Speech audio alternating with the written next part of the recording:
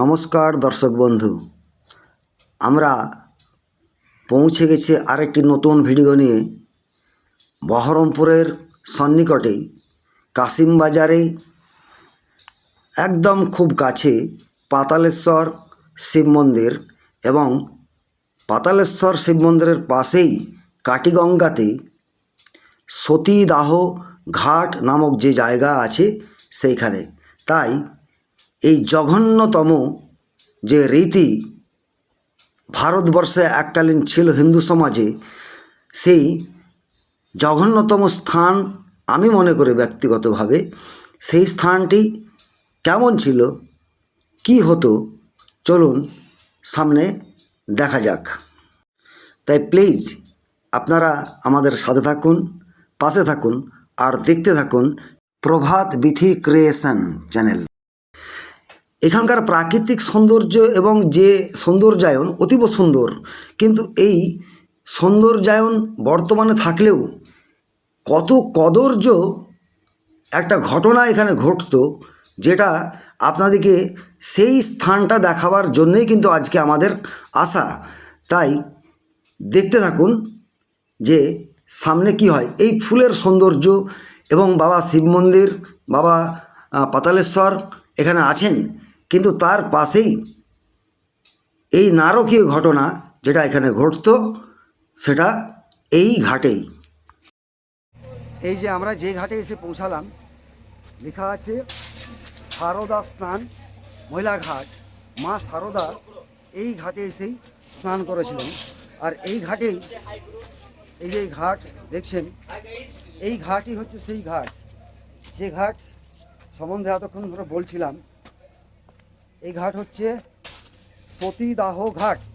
সতীদাহ ঘাট বলতে সকলেই জানেন, বোঝেন এবং খুব ভালো করে জানেন যে সময় ভারতবর্ষে সতীদাহ প্রথা প্রচলিত ছিল, তখন স্বামীর মৃত্যুর পর স্ত্রীকে চিতায় জীবন্ত পুড়িয়ে মারা হতো। কোনো সতীত্ব বা সতী দাহ এটা ফালতু কথা। তো এই ঘাটেই, এই যে কাটিগঙ্গা, এই ঘাটেই সেই কাজ করা হতো বলেই এই ঘাটটার নাম সতীদাহ ঘাট। যদিও এখন সেই পৈশাচিক নীতি বা নিয়ম আর ভারতবর্ষে নেই। লর্ড উইলিয়াম বেন্টিংয়ের সহযোগিতায় এবং রাজা রামমোহন রায়ের ঐকান্তিক প্রচেষ্টায় 1829 খ্রিস্টাব্দে সতীদাহ প্রথা ভারতবর্ষ থেকে লুপ্ত হয়েছে এবং এক কাল নিয়ম ধ্বংস হয়েছে। তার জন্যে ইংরেজ সরকারকে, তৎকালীন ইংরেজ গভর্নমেন্টকে অসংখ্য ধন্যবাদ জানাই। এই যে এই এলাকাটা জনমানব শূন্য এবং জঙ্গলাকীর্ণ ছিল, তাই জন্য সতীদাহের জন্য এই এলাকাটা হয়তো বেছে নেওয়া হয়েছিল। হ্যাঁ, চিৎকারটা শুনতে পাওয়া যেত না, বহুদূর পর্যন্ত মানুষ তো শুনতে পেত না কার চিৎকার। কোনো তার চিৎকার না শোনার জন্য তো অনেক বাহানা ছিল। প্রচুর ঢাক, কাঁসর, বাদ্যি সহযোগে সতীদাহ করা হতো। তো যেটা বললাম, এই কাল নিয়ম, কিন্তু একটা জিনিস খুব খারাপ, এই যে নোংরাটা আছে। তো 1829 খ্রিস্টাব্দে লর্ড উইলিয়াম বেন্টিংয়ের সহযোগিতায় এবং স্বনামধন্য মর্নিং স্টার অফ রিফরমেশন রাজা রামমোহন রায়ের প্রচেষ্টায় সতীদাহ প্রথা ধ্বংস হয়েছে। তার জন্যে সত্যি আমরা আন্তরিকভাবে কৃতজ্ঞ।